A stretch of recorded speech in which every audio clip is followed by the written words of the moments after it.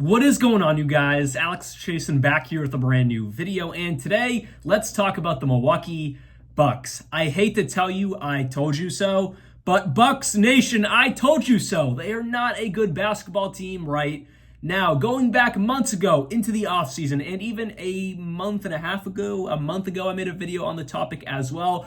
I said I was not happy with where the Milwaukee Bucks are currently as a franchise, with Giannis, with Dame, with Chris Middleton, Lopez, Portis, and then even the new acquisitions this summer in Gary Trent Jr., DeLon Wright, and Taurean Prince. I was happy with none of it. And where are we now? They are currently, at the time I'm recording this, 1-5. And not only are they 1-5, they are the 15th seed in the East.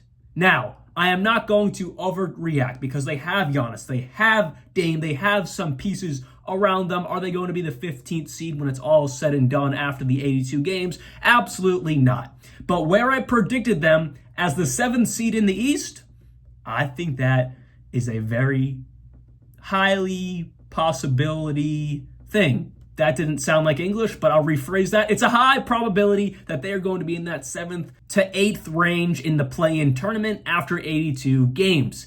The Bucks aren't looking great right now, and it stems back to an issue of last year. The defense. The offense isn't great right now. We'll talk about that. But it's really the defense. And I've been saying this ever since they made the Jrue Holiday trade for Damian Lillard. I sound like a broken record, but it needs to be said. The defensive identity the Milwaukee Bucks had with Jrue Holiday, it went out the window and got sent to Boston with Jrue Holiday.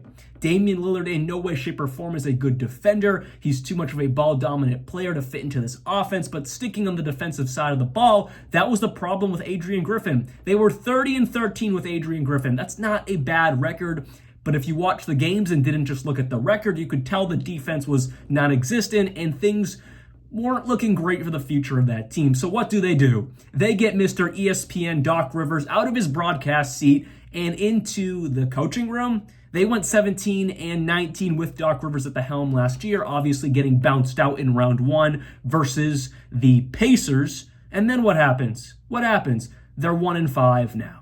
So they have a losing record with Doc Rivers, and on the contrary, they had a winning record with Adrian Griffin. Say what you want about the defensive side of the ball, I agree with you, but they still had a winning record, and a high winning record, 30-13. They were well above 500 with Adrian Griffin. It wasn't working. Damian Lillard isn't the sole problem here, but that's where the problem started. You can go back a little bit before and see Chris Middleton was getting injured on and off. Brook Lopez is getting older. Giannis was getting injured on and off, which is still continuing in the last 2 playoffs. But Damian Lillard is where it really started to pick up in my mind for the downfall of the Milwaukee Bucks. Of course, you get the star and Dame, so in the media and on paper, it looks great doing the swap of Holiday and Lillard. But when you lose your defensive identity, you are not going to be a good basketball team, and we see that right now. The Milwaukee Bucks allow the 6th most points in the league to opponents at 118 points a night. That's not good. That is not good at all. If you go back to the year they won the championship, that being 2021, the Milwaukee Bucks allowed 112 points per game. They ranked 16th, so middle of the pack, basically. That's a big margin. Or if you go to the year after that, 21-22, they allowed the 14th most at 110 points per game. That's even less than the year before that. But now in the 24-25 season, they are in the nearly the bottom around teams like the Charlotte Hornets, the Washington Wizards, the Toronto Raptors, the Utah Jazz, the Bulls, the Lakers and Pacers are surprisingly down there. I guess the Pacers is not surprising. They don't have a great defense either. But the Lakers is kind of surprising for how solid they've started the season. Overall, it's a little shaky now. But either way, the Bucks are 24th for opponent points per game, which is, bottom of the barrel. And then you look at the offensive side of the ball, and that's also a problem that needs to be discussed. They average the 20th most points in the league at 111.3 per game. The Boston Celtics, 123, they're at number 1. The Cavs at 123 also, they're at number 2. The Warriors, who seem like a super high-powered offense, they're surprising everyone right now, especially Buddy Hield, 121 points per game. The Kings, a high-powered offense, 119 points per game. And then you go all the way down to 20th at 111 for the Milwaukee Bucks. In no way, shape, or form, mathematically or on the court or whatever way you want to think about it, if you're giving up almost 120 points per game and you're barely scratching 110 points per game offensively, you're not going to win many ball games, and we're seeing it right now with the Milwaukee Bucks. And if you look at this roster, they have no true defenders besides Giannis, Brook Lopez, of course. Other than that, there is no true defenders on this team that you can trust every single night to guard their yard. That's another big problem. Defensively, offensively, and sticking with the offensive side of the ball, because we discussed the defense. They just don't have the identity. Doc Rivers doesn't have the mindset enough to instill it into this team. They got to fix that. They don't have the roster capabilities or the identity. I'll leave that. We got the defensive side covered. But continuing offensively, we talked about their lack of scoring ability. And I know Chris Middleton is out, but there's also no timetable on him. So you're kind of stuck with the situation you're in right now. And Giannis is playing good, 31 points per game, 12 rebounds, 6 assists, playing fantastic. But he's not shooting the ball great besides, obviously, when he drives to the rack. He can't space the floor. He hasn't made one single three this season. That's concerning. You would hope at this point in Giannis's career, he could at least, give you 1 3 a night. Just a little bit of a spark. He's not. Dame is averaging 26 points per game. That's good, but his shooting percentages aren't great. He's shooting 44% from the field, 36% from three. The 36%, it's a little light for him, not terrible. But again, those are two guys. After that, a 15-point per game drop-off to Bobby Portis at 11 points per game. And then you have Brook Lopez, who is old. You shouldn't be relying on him offensively, but he's your fourth highest scorer at 10 points per game. Luckily, his defense has not dropped off, or you'd be in even worse trouble than you already are. But offensively, he's not cutting it either. And then you have the guys you brought in this offseason with Gary Trent Jr., DeLon Wright, and Taurean Prince. They're giving you not much. Taurean Prince and DeLon Wright are shooting the ball solid, but DeLon Wright's averaging around 2.5 points per game. Taurean Prince is averaging around 9 points per game. And then you have Gary Trent, who we all thought would be like their best acquisition this summer. He got a cheap contract in Milwaukee to try to get a bag next summer. He's playing terrible, giving you around 9 points a night on atrocious efficiency, less than 35% from the field. He's actually at 30% from the field and 25% from three on 6 3-point attempts a night. That's a lot, and you're not even making 25% of them. That's not good.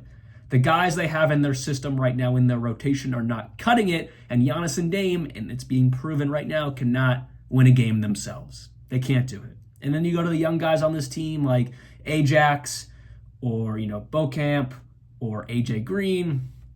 They just don't really give you enough. They just don't have the ability, I guess, to give you enough. The Milwaukee Bucks just really don't look like themselves. The team that won the championship is not the same team now. Of course, there are roster changes, coaching changes, but you still have Giannis. You still have, Brook Lopez, Bobby Portis. You have Chris Middleton. You have, the core there, minus a couple guys.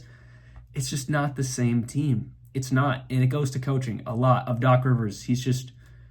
His message is not being sent into that locker room. Even Giannis said we don't have an identity. That goes back about a week ago, but it's true. There is no true identity in Milwaukee right now. And it's just being shown all around the court. I mean, they have no ball movement. They rank 26 in assists per night at 22.2. No ball movement. You see that with Dame, a lot of one-on-one, a lot of ISO. And when you have a team around you with someone like Giannis, Brook Lopez, and Bobby Portis, no ball movement, it's not getting into the right hands, and it causes unforced shots or grenade shots at the last second of shot clocks, and the Bucks are not dealing with that well. Just overall, the Bucks look old. They look slow. And they just don't look like a team. And if you look at their losses, their one win was against a Joel Embiid and Paul George-less 76ers, so take that with a grain of salt. They really could be 0-6 right now. The Bulls and Nets, fast-paced, young teams. They're not good, but they beat the Bucks because they're faster than them, more hustle than them. They drive on the Bucks, who have no real answer to that besides Giannis and Brook. The rest of them just can't guard that fast attack to the rim. The Celtics, of course, are just a better team, and the same concept there. They just can't outshoot the Boston Celtics. The Grizzlies are just a fast, high-powered drive to the rack with, Ja Morant type of offense. They just have no answer for that.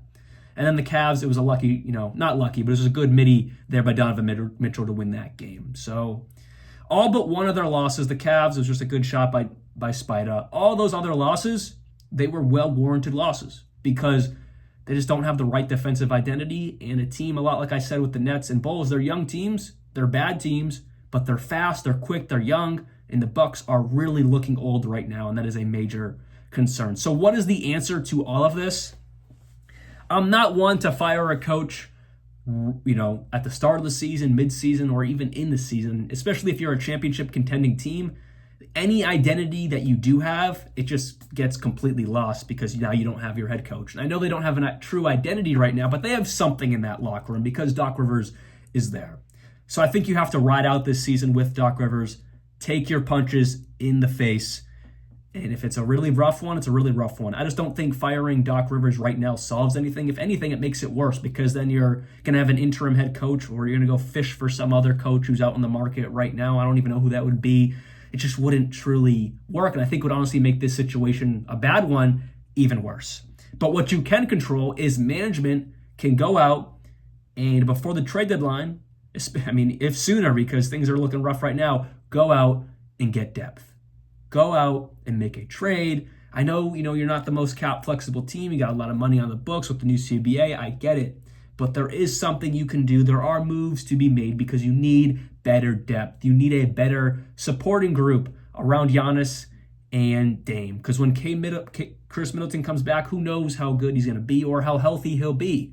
And you cannot rely on the guys you have right now to take up his minutes or take up his points. They're just not cutting it. So anyways, hopefully you guys did enjoy today's video. That is all I have for you guys today about the Milwaukee Bucks. It's really concerning, but the thing is I'm not surprised. I'm not surprised. I'll put the links to a couple videos I've made over the summer or in the last month or two about the Bucks. I'm not surprised in the slightest. I was not a fan of anything they did this offseason. I was not a fan of them getting rid of Drew Holiday for Damian Lillard. On paper, it looked great, but see where they are now. They're not very good. Of course, coaching is a factor here, but it starts before that. It starts well before Doc Rivers even got into this system.